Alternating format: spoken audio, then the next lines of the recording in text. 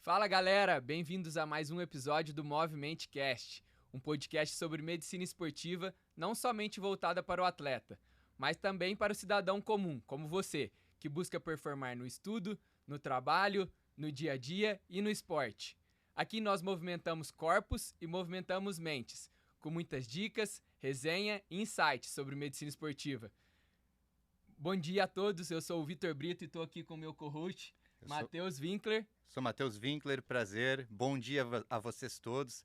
Um prazer enorme estar aqui com um convidado que a gente está trazendo, um convidado ilustre, um cara que é uma lenda na medicina esportiva, que eu tenho a honra, o privilégio de chamar de amigo, um grande cara, de coração enorme, não somente pelas adaptações fisiológicas do exercício. Opa, gostei, cara, mas gostei. porque ele tem um coração enorme mesmo. O cara é médico do esporte, oftalmologista, triatleta, oftalmo do esporte, um verdadeiro polimata. Então, Polimata, com vocês velho. aí, Paulo Putinelli. Pô, obrigado pelo convite.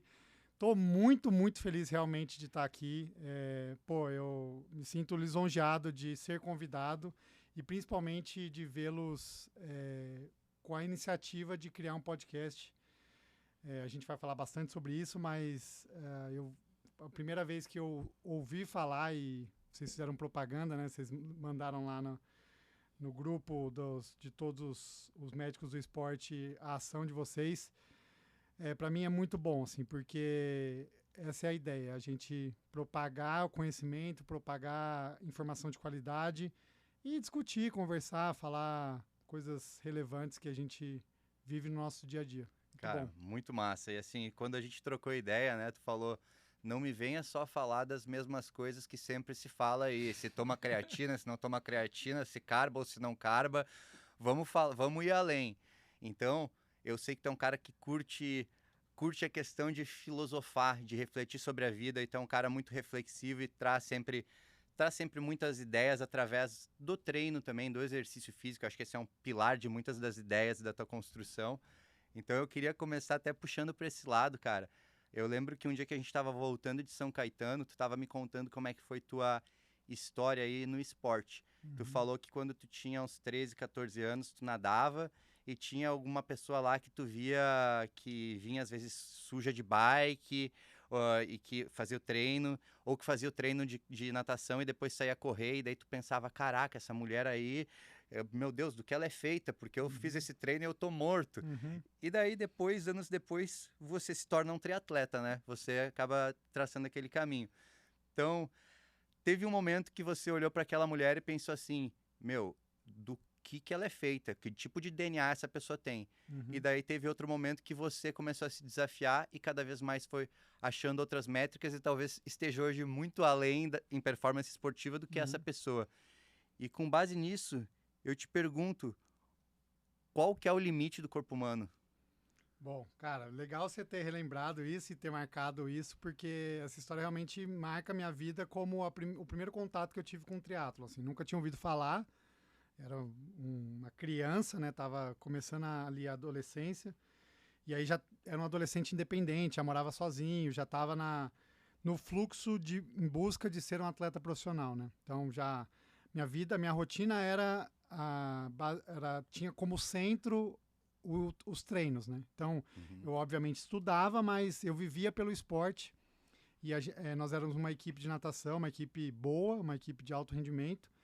E ali no meio dos treinos aparecia de vez em quando uma triatleta. E aí era exatamente isso. Às vezes ela já tinha pedalado e ia nadar com a gente.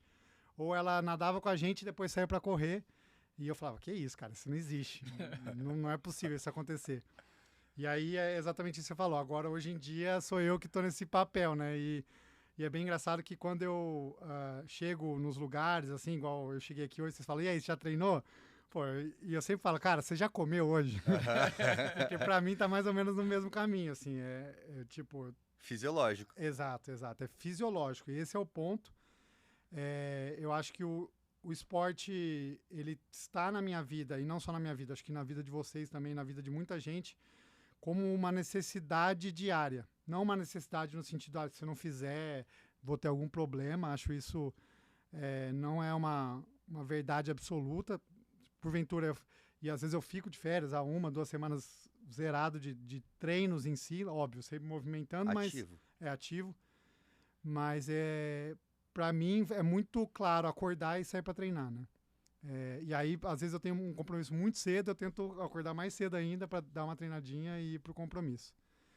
Agora, voltando para sua pergunta, que é se existe um limite, cara, eu acho que existe um limite de tempo, de performance, não, cara, por exemplo, hoje em dia eu tenho um certo limite de performance dentro da minha realidade, dentro da minha Sim. idade, da minha composição corporal, da minha rotina. Eu acho que esse é o limite. Agora, limites de abrir o leque e fazer outras atividades ou me manter em movimento, cara, tomara que não. E eu acho que o maior limite que a gente busca superar é o limite da longevidade, né?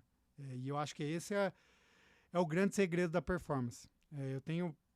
Tô com essa ideia mais à tona ultimamente, que para mim, atualmente, faz muito mais sentido pensar a longevidade como um meio de performance, né? Aham. Porque, claro, quando a gente está lidando com atletas de alto rendimento, atletas jovens, a performance significa tempo, significa peso, enfim, superar os recordes, né?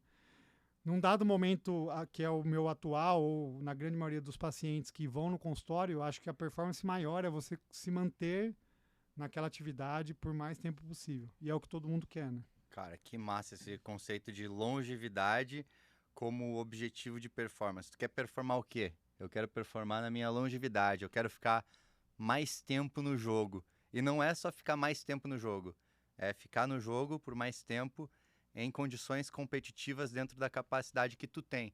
Então eu gostei muito de um negócio que tu começou falando assim, qual é o limite? Para mim eu tenho um limite. Dentro das minhas condições, dentro da idade que eu tenho, dentro da minha condição física. E é aquela ideia que a gente até estava falando antes, não é? Se botar eu e o Usain Bolt do lado, um do lado do outro, eu nunca vou correr 100 metros na velocidade que ele corre 100 metros. Mas eu posso me tornar muito melhor do que eu sou hoje. Sim. Meus limites, eles podem estar muito além. E a gente vai conhecendo os nossos limites à medida que a gente se coloca a teste.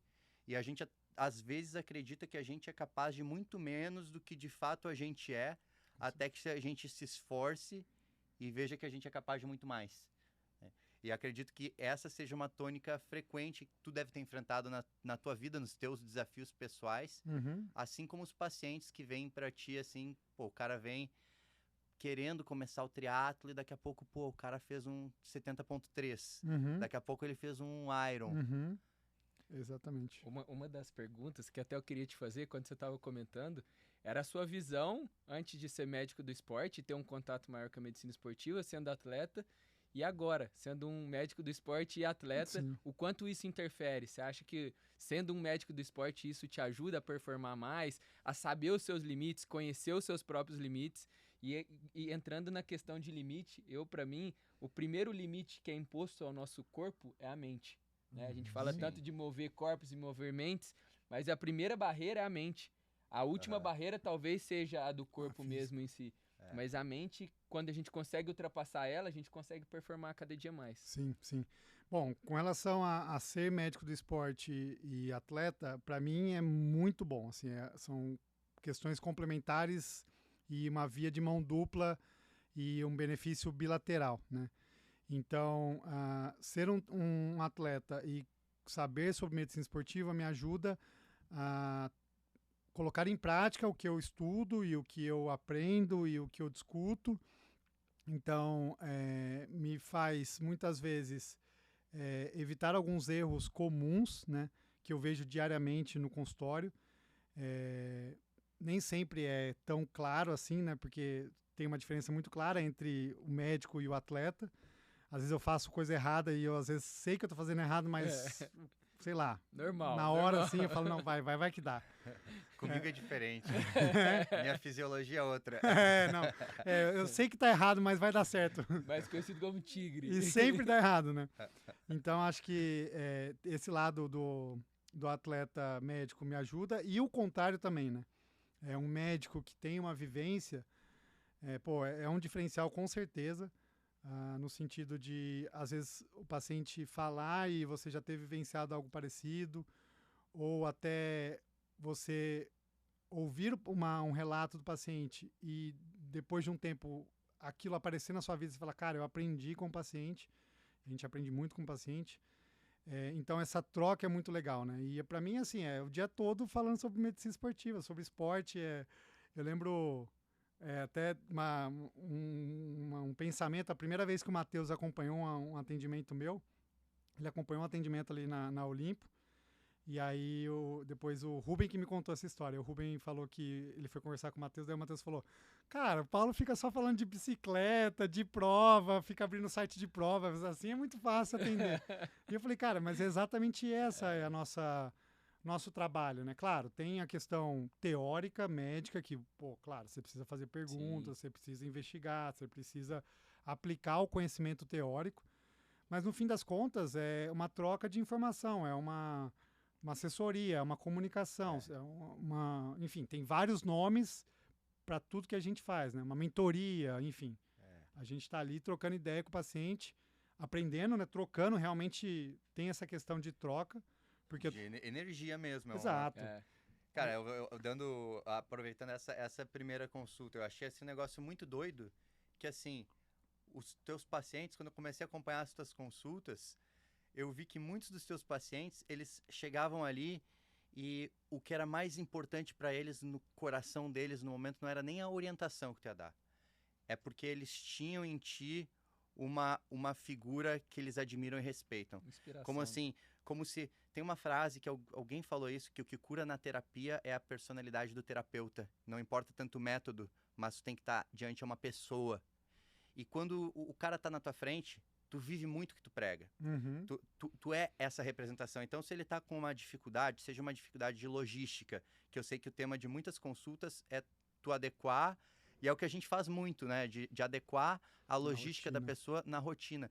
Só que o simples fato da pessoa estar de frente contigo e ver o cara é médico, o cara treina, manda bem, isso para ela já dá uma força e uma confiança que depois tu vai falar para ela para fazer o que ela já sabia que ela tinha que fazer muitas vezes. Mas o fato de estar ali contigo naquele momento é o que encoraja ela. Então, não é só sobre falar de bike. Sim. A pessoa está buscando ali a figura que tem identificação e confiança. Total. E assim, esses tempos tive uma reflexão dessa, e até você estava falando dessa questão filosófica. Eu gosto muito realmente, é porque, cara, é muito tempo sozinho, né? Triatlon é um esporte individual que você passa horas sem abrir a boca, assim, né? Então, pô, às vezes eu faço um pedal de 6 horas, que eu fico 6 horas sem falar com ninguém. Então, imagina ser 6 horas acordado, focado, com uma atividade física em progresso, e você não está falando com ninguém. Então, a cabeça, muitas vezes, ela vai longe, assim, né? Mas um ponto que eu trouxe, assim, essa questão de... A gente atualmente vive essa questão e que eu acho importante também, de tornar o nosso consultório mais agradável, de o médico se mostrar a importância do acompanhamento médico, ou maneiras de você conseguir captar mais paciente, captar mais questões financeiras. Eu acho isso realmente importante.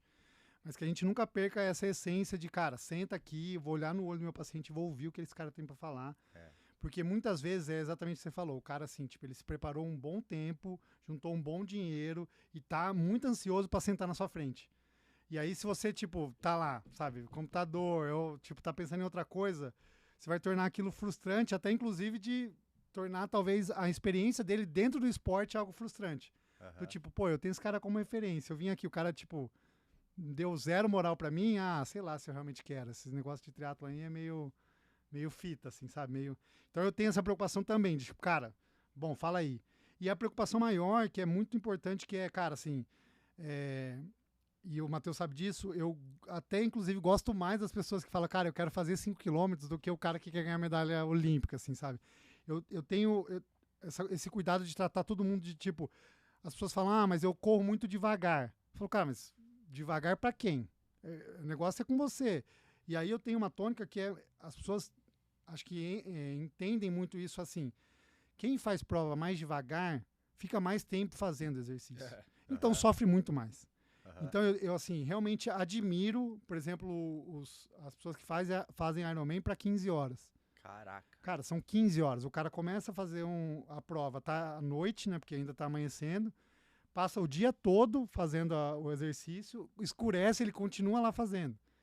Então, assim, é lento para quem tá lá na frente, mas proporcionalmente, né?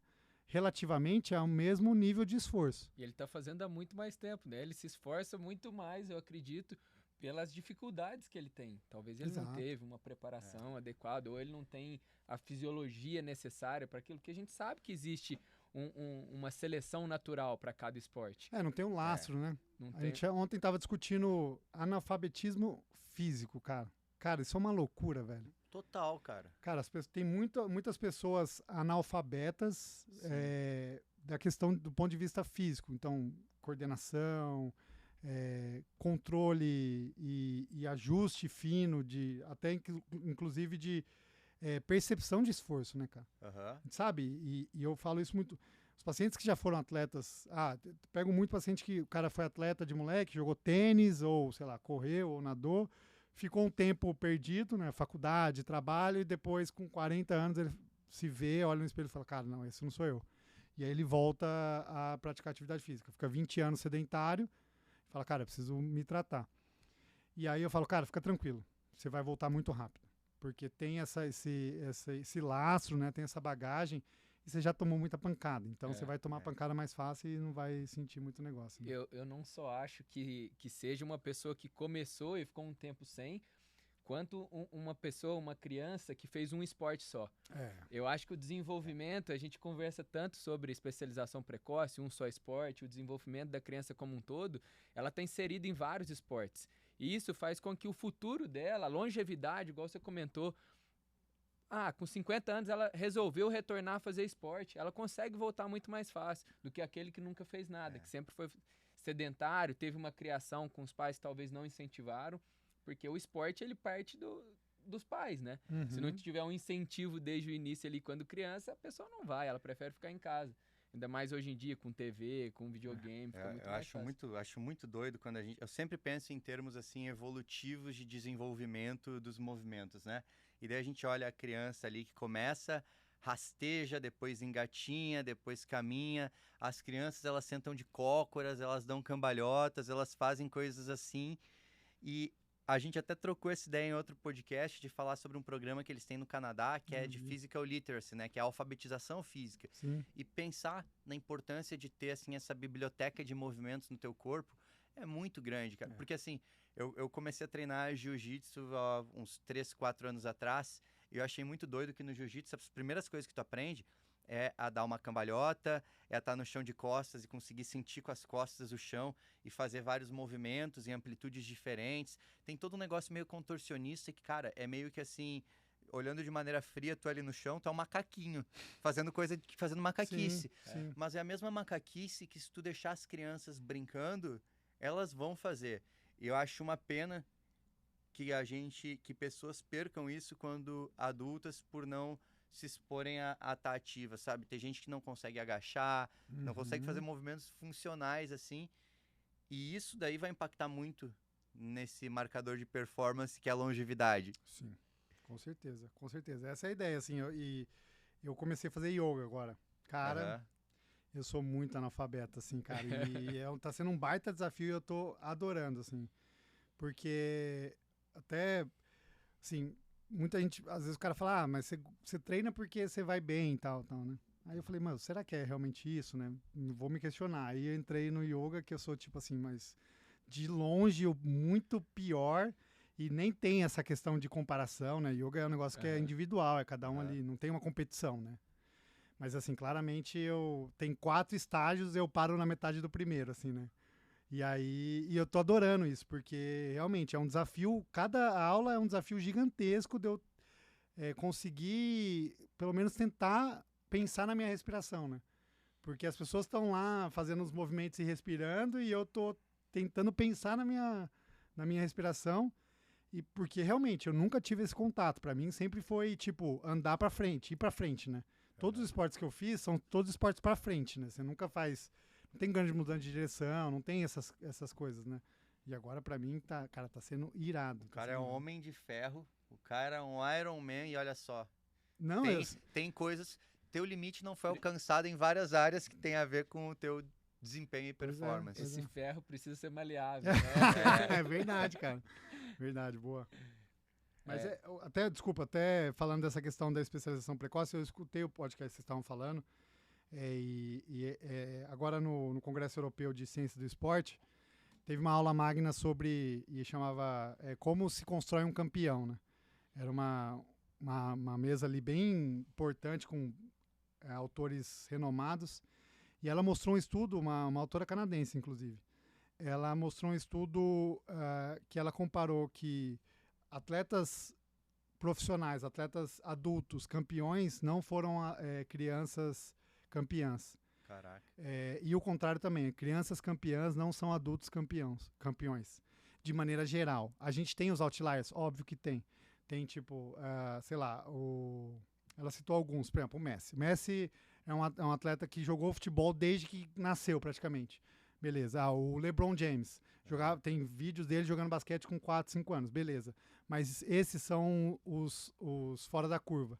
A massa, o padrão, a grande maioria é isso. São atletas que fazem outros esportes, não vão bem até os 15, 16 anos, e aí com 17, 18, pum. Cara, tem esse viés de que a gente ouve desses casos, assim, de LeBron James, de Messi, só que a gente não ouve de todos os outros, porque o cemitério dos que fracassaram é um lugar silencioso. Tu não ouve mais falar desses caras. Exato, exatamente. E posso trazer contraponto sobre esses dois atletas que você citou.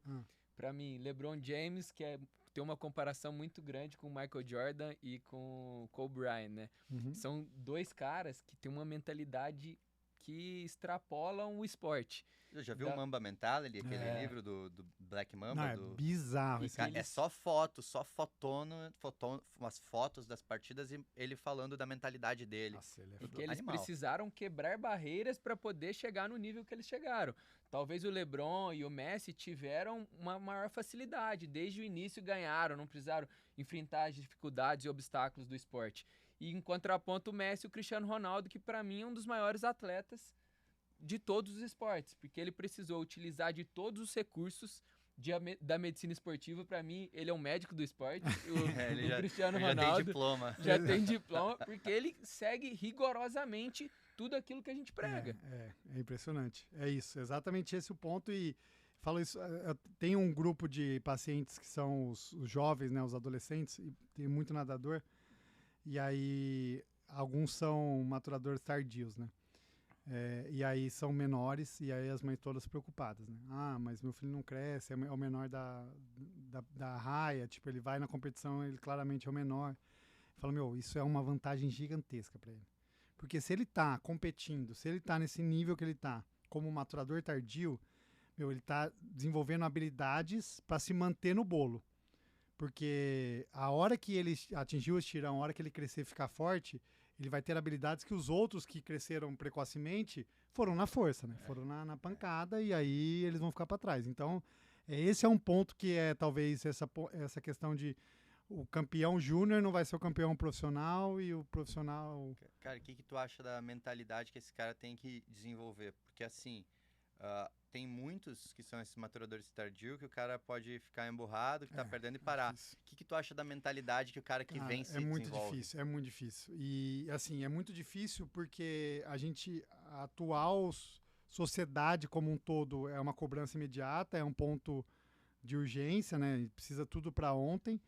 Além disso, tem a cobrança dos pais, e isso é uma coisa maluca, que tem muito pai que, assim, cria um ambiente completamente tóxico pro filho, né? Então acompanha todos os treinos, sabe? Tipo, tem pai que, fica na borda da piscina, assim. E aí manda mensagem pra mim, hoje ele não treinou bem. Hoje... Pô, vai trabalhar, cara. Cara, todo mundo tem dia que não treina bem, enfim. Então tem essa questão de frustração, você passa ali a frustração materna, paterna pro filho. E principalmente o filho, às vezes ele precisa entender que, assim, ele tá perdendo e ele precisa ter uma vida de atleta, né? Então precisa abrir mão de videogame, precisa abrir mão de alimentação, dormir cedo. Ele fala, cara, eu não tô vendo perspectiva, né?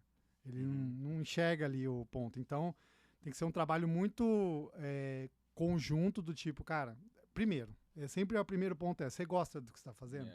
É a primeira pergunta que eu sempre faço. Você gosta de nadar? Você acha legal?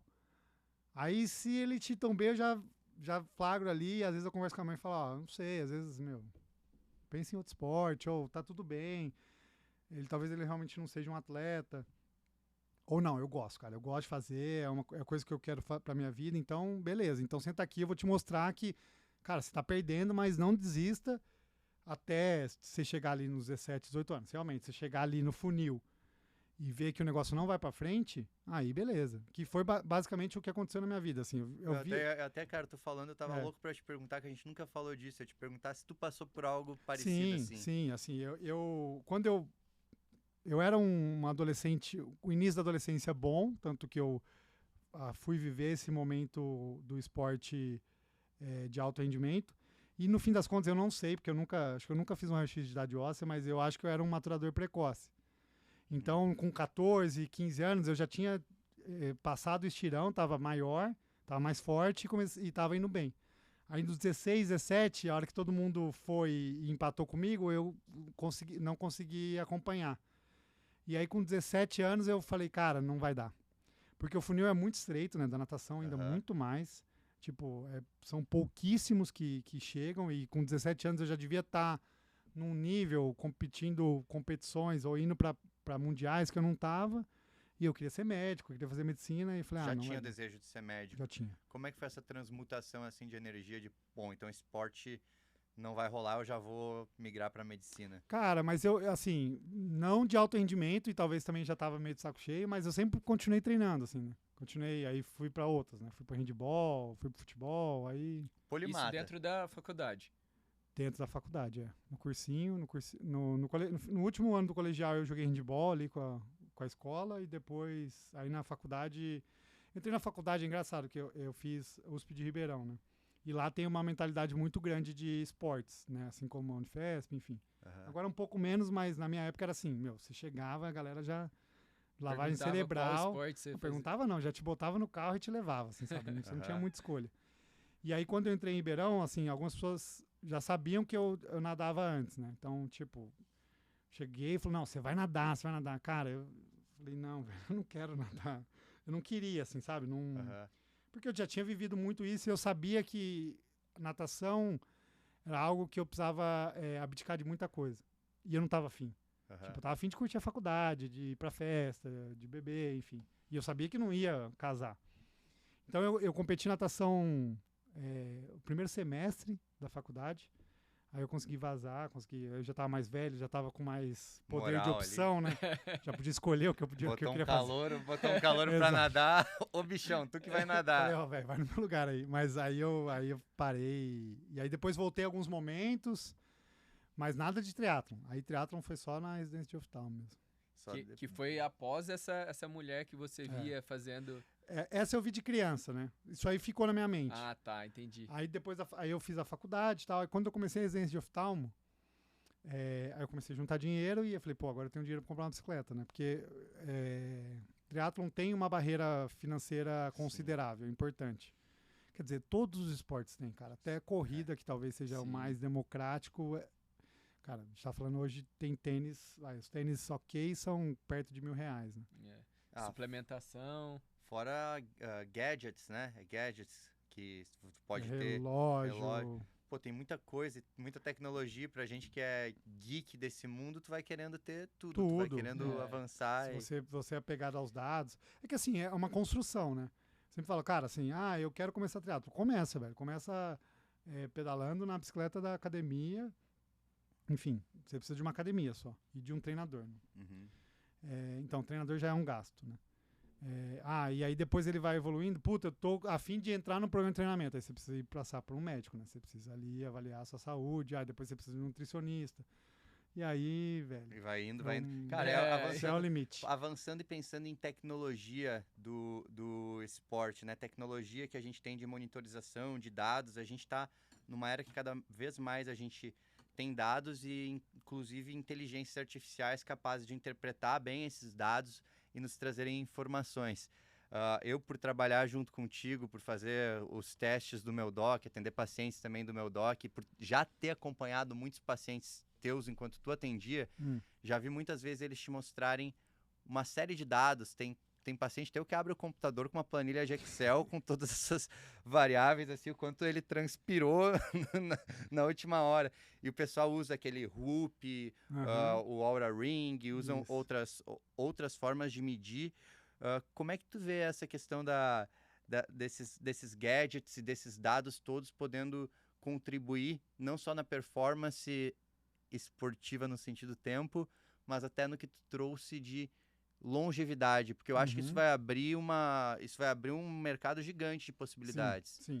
Cara, tem uma passagem da Alice no País das Maravilhas, que ela chega numa encruzilhada, tem vários caminhos, né? Aí tem uma árvore, aí surge o gato, e aí ela pergunta pro gato qual caminho ela deve seguir, né? Aí ele pergunta, para você saber o caminho que você tem que seguir, eu vou te perguntar aonde você quer chegar, né?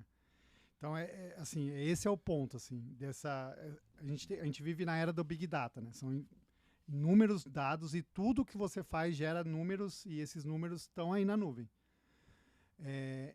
Tem que saber usar, porque você pode pegar alguns dados e se prender a alguns dados e tirar conclusões que não são corretas ou não servem para aquele seu objetivo. Então, é muito isso, assim, tipo, cara, eu quero monitorizar meu sono, por exemplo. Tá, porque eu sei que o sono vai me ajudar na longevidade, vai ajudar na performance, tá? Então eu vou lançar mão de ferramentas que medem o meu sono, como o Whoop, Oura, até os relógios mais avançados medem com alguma boa sensibilidade. Beleza. Só que você transformar isso no seu padrão de vida, do tipo, cara, eu acordo, antes de saber se eu tô bem ou não, eu vou olhar no meu relógio pro meu relógio me falar se eu tô bem ou não. Isso já é um erro grotesco. Se afastou da experiência de conhecer a si mesmo, né? Exatamente. Mas, assim, eu acho que são ferramentas importantes e esses dados, eu acho que a inteligência artificial vem para isso, né? Vem para juntar tudo e falar e fazer um resumo mais ou menos do caminho que você tem que seguir.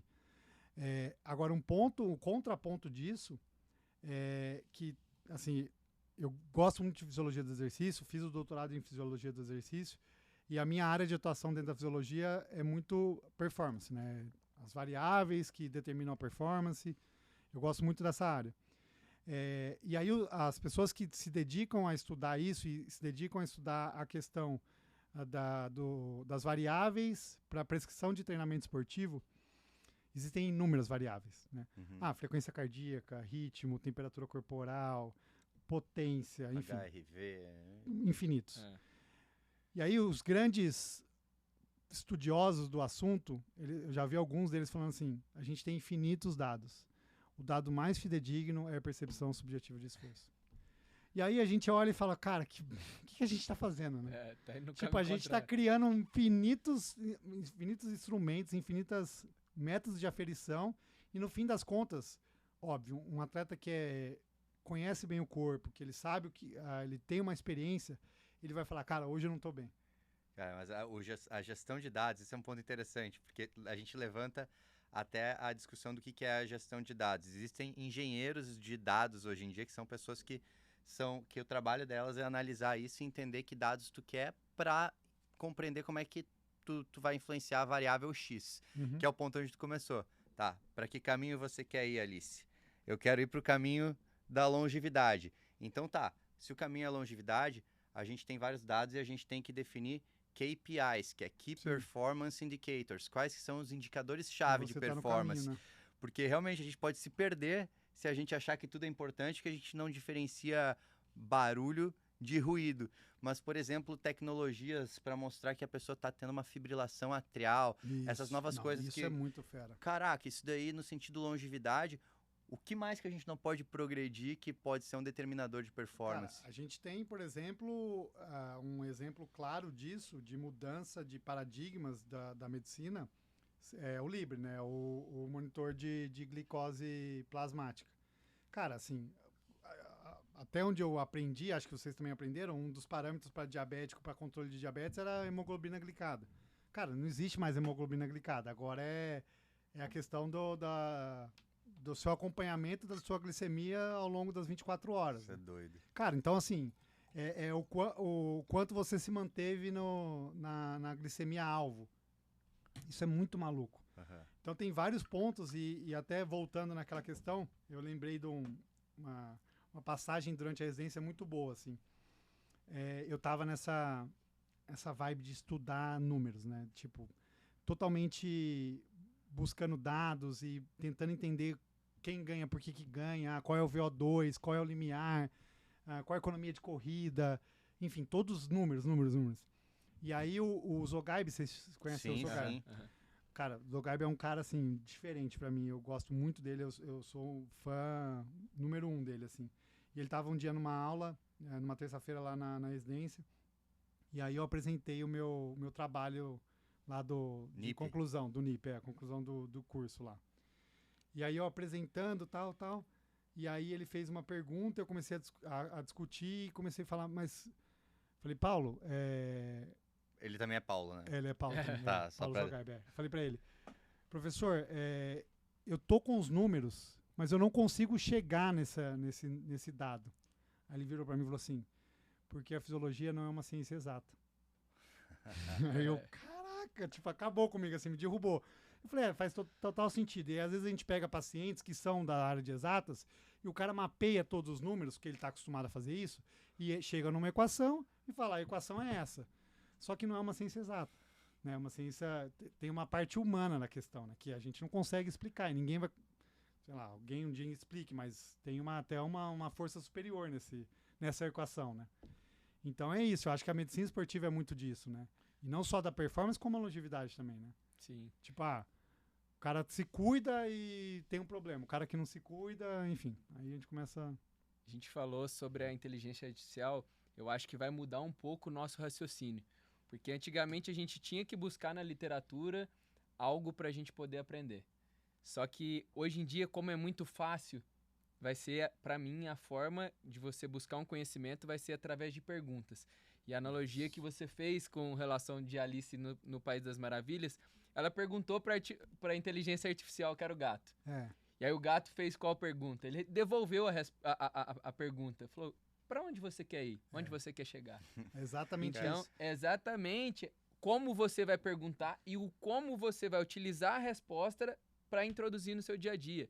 Aham. Entendeu? Não é mais aquilo, eu li no livro, é desse jeito, eu vou fazer desse jeito. Não, você vai ter que raciocinar sobre como Animal. fazer. Com Cara, aquela- o Google, ele tem todas as respostas. O ChatGPT, ele tem todas as respostas. Agora, quem é que detém todas as perguntas?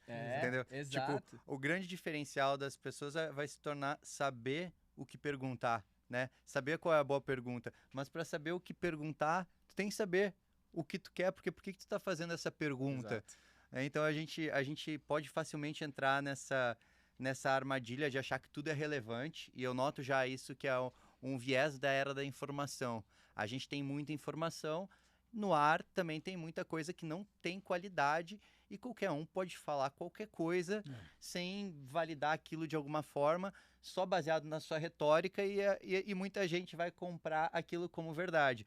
E a gente entra num ponto em que a gente tem que questionar as coisas e também voltar para dentro, né? Se conhecer. Eu acho que a gente está tão exposto a estímulo, informação, distração, que a gente poucas vezes para fazer algo que é uma atividade analítica, não olhando os dados que estão aqui e lá, mas olhando os dados que eu tenho dentro. Por exemplo, essas tuas 6 horas pedalando, que tu caminha, que tu fica ali pensando. Hoje em dia, as pessoas não saem. Quando eu saio correr, muitas vezes eu não levo fone, não levo celular, só porque eu quero estar com os meus pensamentos. Mas eu tenho que fazer um esforço para isso, porque senão meu instinto é botar um podcast. Eu treino sem nada. Treina Sempre. sem nada, horas e horas. Sempre é. Cara, é bom, porque é uma maneira de ouvir o meu corpo, ouvir, enfim, eu não consigo, cara, assim, realmente, eu já tentei algumas vezes botar fone, ouvir podcast, ouvir música, não vai, velho, não vai, assim, eu tiro.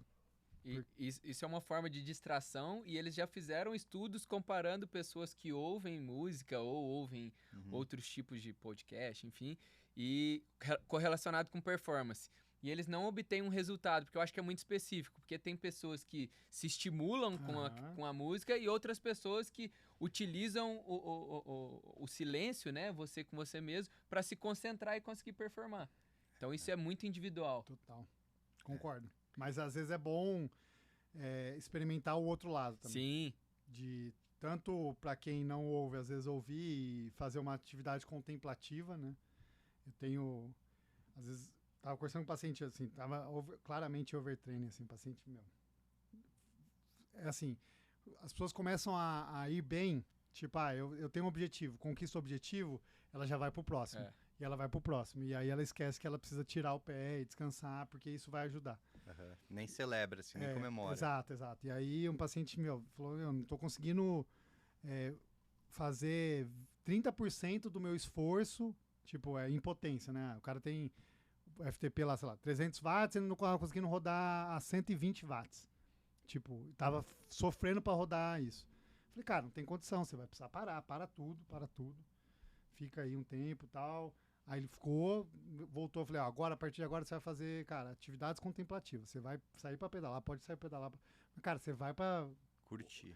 Pra parar ali no Ibira, tirar uma foto da árvore, abraçar uma árvore, sabe? Tipo, coisas que a gente...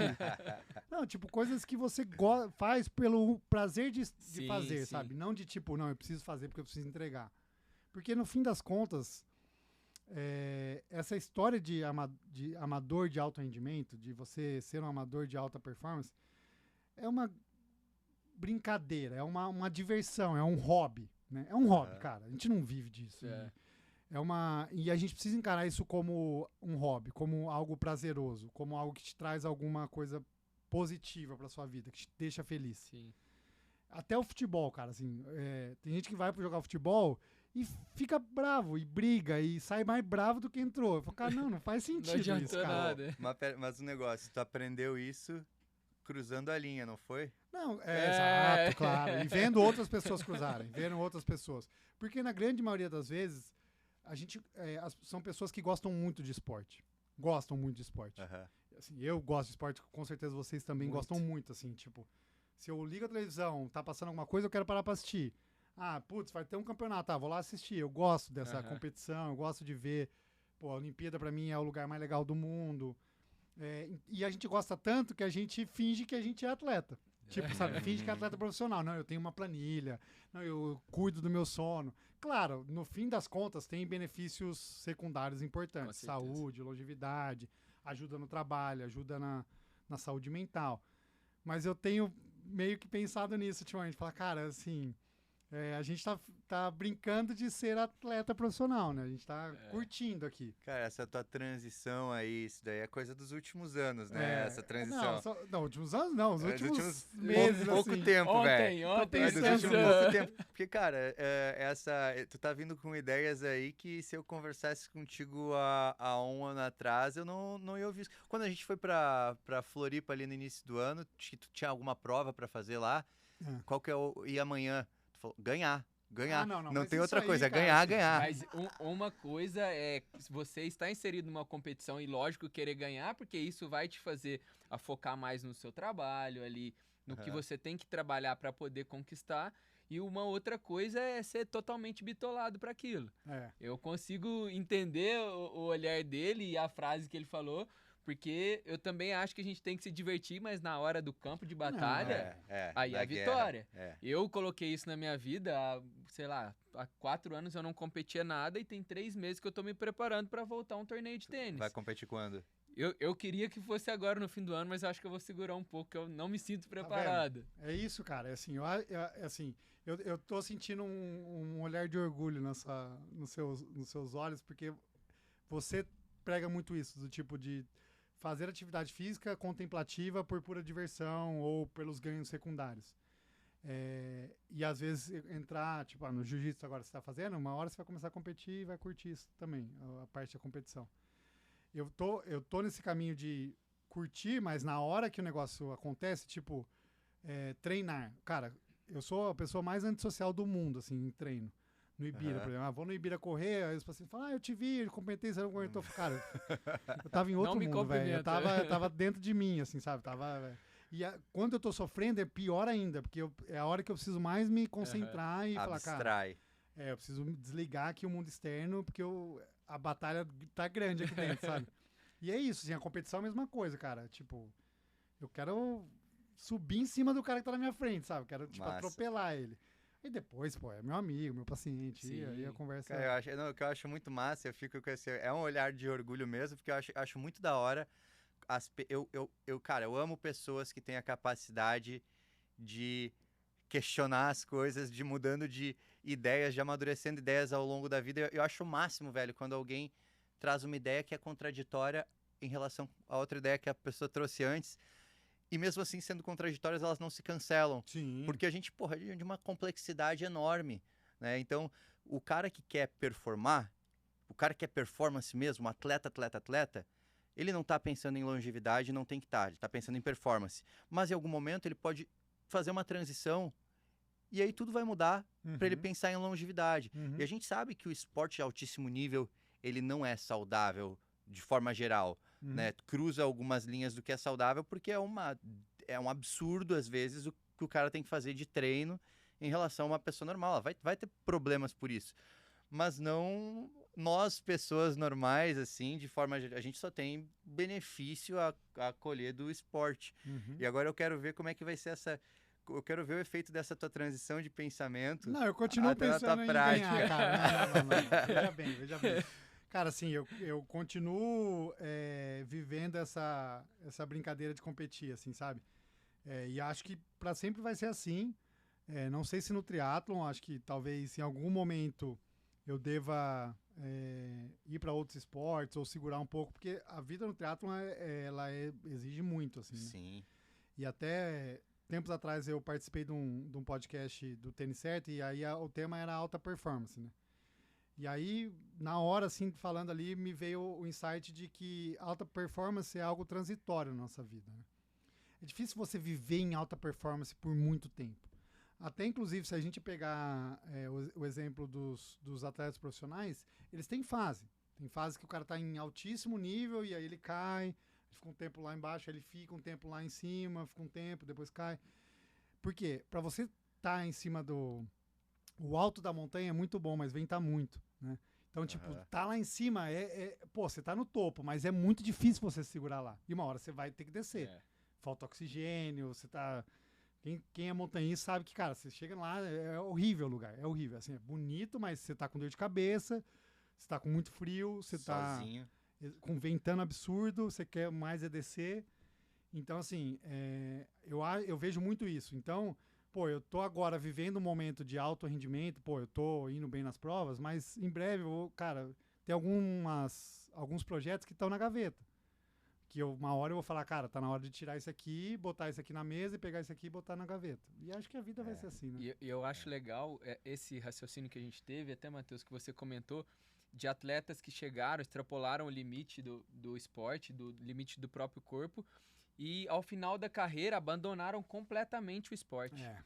Eles não fazem nada, nem ir para uma academia. E isso é muito deletério, a gente pensando em longevidade. Muito. Então, eu acredito que o papel do médico do esporte que está inserido no alto rendimento precisa ter esse raciocínio de que ter algo guardado na gaveta. Transição de carreira, cara. Muito transição complexo, de carreira. Nossa, Transição de carreira é algo que a gente tem que pontuar, sim, no nosso consultório, né? Eu acho que é um tema pouco debatido e que tem que ser inserido a cada dia mais. Porque a gente vê grandes atletas e ex-atletas você vê um físico completamente diferente daquilo que um dia ele foi. Isso 1 ano, 2 anos após o fim da carreira. Né? Às vezes, assim, um dos caminhos pode ser mudar de esporte, acho que é um dos caminhos, porque o problema maior de quem... Não só de atleta profissional, mas quem já viveu alguma questão de alto rendimento, o cara sempre vai achar que ele precisa chegar naquilo ali, né?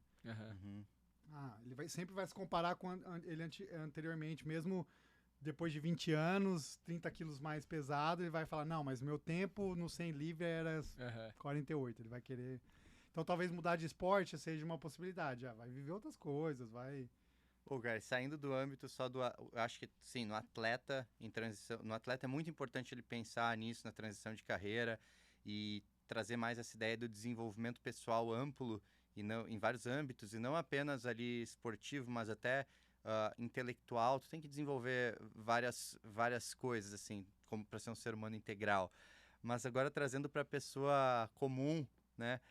Paciente de consultório, um paciente que eu atendi algumas semanas atrás, paciente que é do meu doc, que está no plano de acompanhamento do meu doc, e ele veio com uma questão de que ele agora tem 2 filhas, né, pequenas, que a primeira nasceu em 2020, e ele não tinha 2 filhas, então, antes de 2020. Ele tava com a mulher dele, sem 2 filhas, e ele corria bem pra caramba, fazia triatlo, né? Corria bem, pedalava super bem, nadava bem. E daí veio pandemia, tal, teve filha, e dele foi largando, meio que largando, né?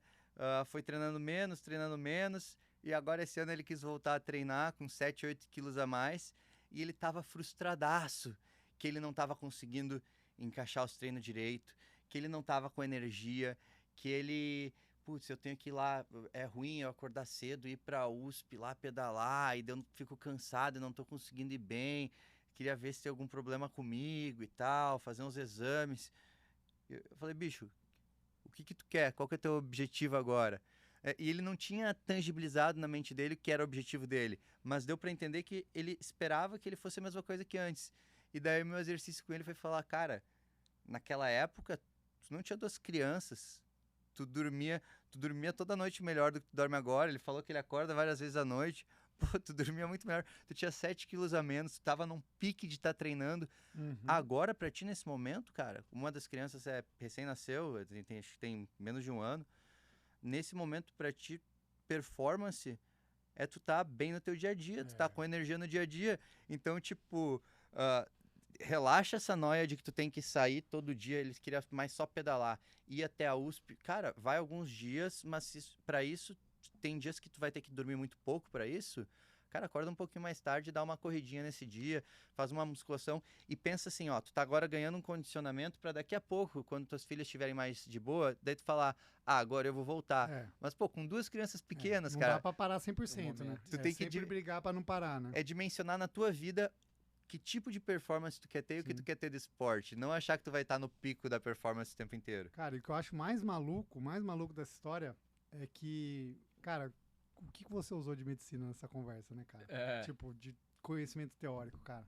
Sim, tem uma bagagem teórica, mas foi muito mais uma vivência e de você ter a percepção de se ligar no exatamente...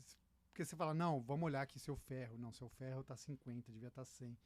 Não é essa pegada. Se eu for cavocar, eu vou achar alguns exames alterados. Não, isso aqui é por causa da sua vitamina D. Nossa, vou te repor vitamina D aqui, vai resolver seu problema. Não vai resolver. Tipo, bicho, tu é pai de 2 crianças, tá dormindo 4 horas por noite, querendo pedalar, comendo tudo errado. E você falou uma coisa que, assim, ninguém vai falar, né? O cara falou, pô, assim, não sei, o fim da história, mas acho que ele curtiu, ele até já tem o retorno dele agendado. E eu conversei com ele, ele tá bem, ele tem feito as mudanças, ele tá se sentindo melhor. Só que o que eu achei muito doido foi que eu precisei ser o cara que foi, assim, o balde de água fria na vida dele. Tipo, o médico do esporte falando que eu não vou performar como eu quero. Cara, é que eu tô ouvindo o que tu tá falando. Tu tá Exato. Me falando, entendeu? Não tem como agora, cara. É que talvez ele veio buscando algo já pronto na cabeça dele, que era, ele vai me trazer uma fórmula mágica. Entendeu? É a minha vitamina D que é o problema de eu não estar performando. Só que existem várias outras coisas que a gente aborda na consulta que talvez são mais simples de serem resolvidas do que dar um remédio, né? E que a gente fala da pílula mágica, que é o exercício, que é ele retornar à rotina dele de exercício. Exato, exatamente. É isso aí, a percepção, cara. É ouvir, né? Ouvir, entender. Muito bom. Isso é o porquê a nossa consulta é tão demorada, né? A gente foge um pouco da consulta de médicos que buscavam diagnosticar doenças e a gente tenta entender o paciente como um todo, né? Buscar a individualidade, como é que é a vida dele. Ele tem uma criança agora, tá tendo um sono mais complicado. Então a gente querer justificar, colocar um remedinho para ele dormir, talvez não seja a solução, porque ele tem que ajudar a esposa dele. A performance dele hoje é ter uma vida saudável com a esposa dele, criar as filhas dele. Isso tudo entra dentro da performance que a gente falou.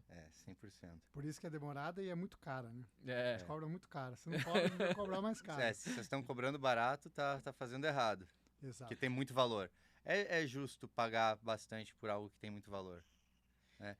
E eu acho que ainda nós somos muito subutilizados. Sim. A medicina esportiva pode ser muito mais utilizada e abordada e usufruir do máximo que a gente tem para contribuir.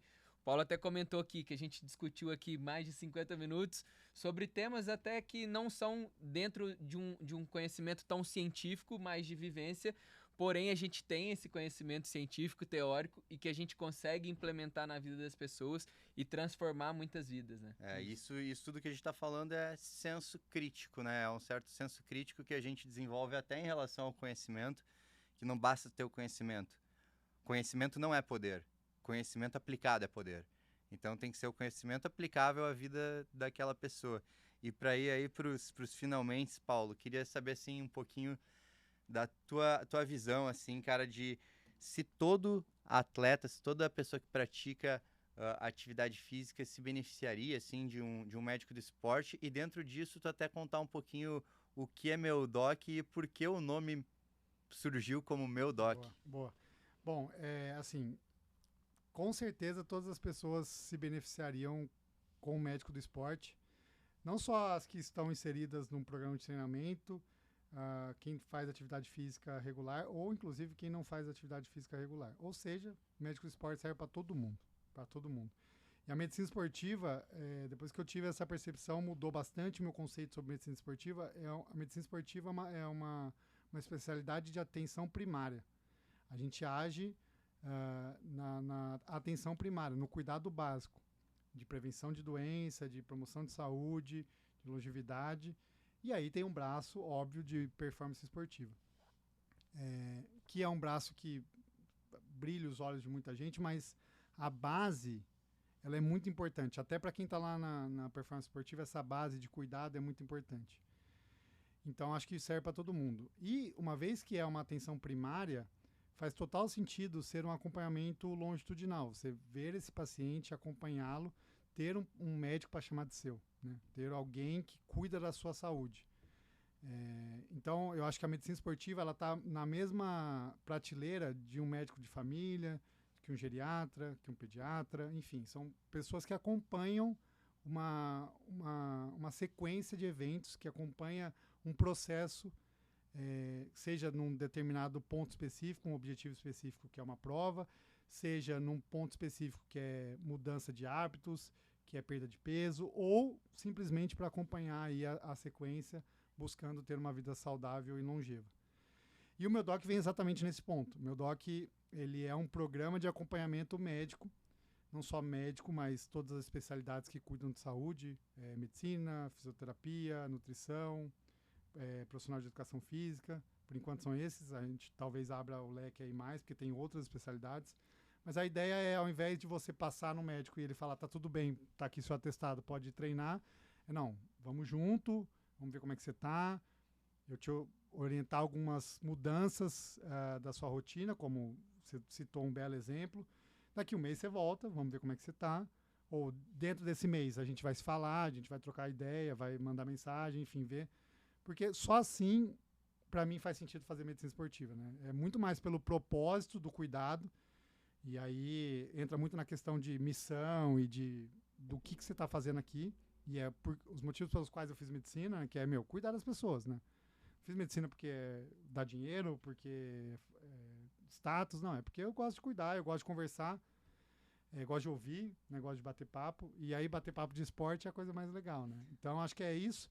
E a ideia do Meu-Doc surgiu disso. De eu fazer isso e aí eu comecei a fazer.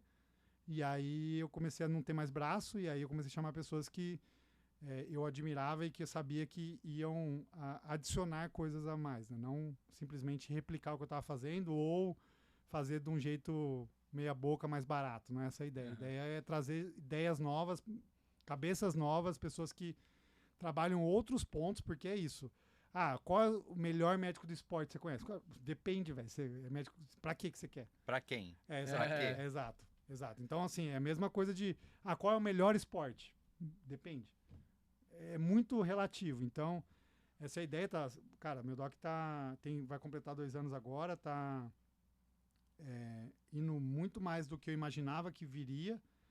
Tô muito feliz pela continuidade e acho que vai voar aí. E para vocês aí, para seguirem, é @meu.doc. @meu.doc. Meu.doc. E Paulo, as tuas mídias sociais aí? As minhas mídias sociais. Você sabe que eu sou um gerador de conteúdo, influencer, youtuber, podcaster, só. Já Cara, tá. Eu falei, ele é polimata, Atleta, velho. você Polimata. sabe desse boy. Cara, ontem eu fui no IANSP lá dar uma aula de urgências oftalmológicas e o Michel foi me apresentar. O Michel foi me apresentar, daí, cara, a apresentação principal dele, ele falou assim: pra mim, o Paulo, ele é o cara mais influente das redes sociais de endurance que eu conheço. Eu falei, cara, sério que é tipo, minha melhor descrição é influencer? Obrigado. Mas pera aí, o Michelzão, então. O Michelzão, quando eu rodei lá no Pinheiros, ele falou, tava falando de ti, né? Ele falou, o Paulo uma vez trouxe uma reflexão, que é assim, se eu preferia ter 1 milhão na conta ou um corpo de 1 milhão. Não, o Michel é muito bom, mas essa reflexão é boa. Vou deixar essa reflexão por último aqui. Não vai demorar muito, mas eu tinha acabado de ler um artigo, não é artigo científico, mas um artigo de revista de leitura normal, que fizeram uma avaliação de quanto custava a vida, quanto custa uma vida, né? E aí, era essa a reflexão que eu estava discutindo com ele, né? Cara, você prefere ter 1 milhão ou você prefere ser saudável? Porque ser saudável custa muito mais do que $1 milhão. Aí foi essa reflexão que a gente ficou discutindo. Então, eu acho que esse é o ponto, né? Um dos nossos colegas de residência, o Edu lá de Blumenau. Cara, ele brilhou numa postagem, e aí ele usa isso até hoje, que é, ao invés de falar tá pago, você tem que falar tá investido, né? Então, seus treinos são investimentos para sua vida. Eu achei isso fenomenal. Genial. Então, acho que isso é genial. Lastro, que nem tu falou, é lastro. É um investimento. Mas é isso, cara. Boa. Obrigado, viu? Estamos chegando aqui no fim. Queria agradecer muito, Paulo, por sua presença. Eu acho que a gente poderia ficar 1 milhão de horas aqui discutindo. Queria passar para você uma mensagem final que você queria falar com o nosso público, passar suas redes sociais. Uhum. E muito obrigado mais uma vez. Pô, eu que agradeço. Pô, como mensagem, acho que a ideia é ouvir essa mensagem de saúde ligada à prática de atividade física. Não é o único pilar de uma vida saudável, né? Tem os hábitos, tem a alimentação, tem o sono, enfim.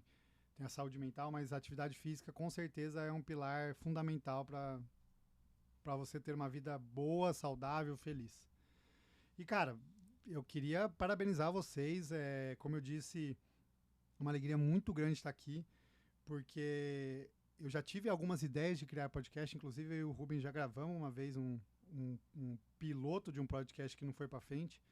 Então, eu sei quão difícil quão custoso é para vocês parar para pensar em pauta, chamar convidado, passar um dia aqui gravando, enfim. Sei quanto é difícil, mas o propósito é importante, eu acho que é valioso.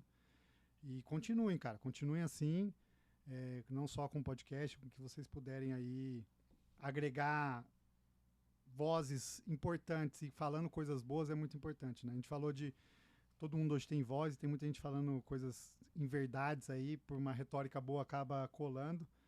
Nós somos a frente de resistência, né? Nós somos a dialética, porque a dialética é quem quebra a retórica. Exato, boa, gostei, velho. A gente tá aqui, somos os alicerces de uma briga. Obrigadão, Paulo, cara. Queria te dizer aí, primeiro que assim, trazendo pessoas que nem tu é muito legal fazer isso e nossa ideia é trazer sempre gente assim, boa pra frente. Porque, cara, é divertido, a gente cresce com essas conversas, a gente tem certeza que a gente vai trocar muita ideia legal com muita gente legal, muita gente interessante. Até espero que você esteja aqui de volta, eu tenho certeza que vai estar em outros momentos.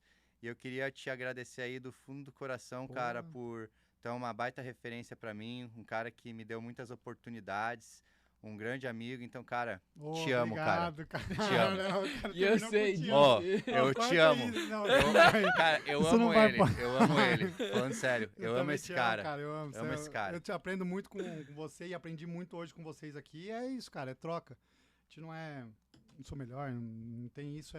Aprendi muito hoje aqui com vocês, aprendo diariamente com você, Vitor. É um prazer conhecê-lo, não Prazer conhecia. é meu.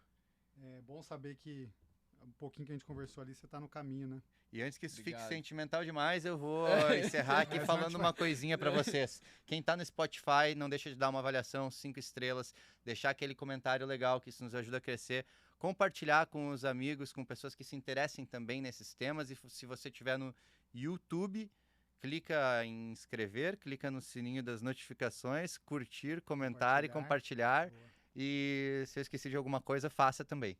É isso daí. Valeu. Muito obrigado. Tchau, tchau. Valeu.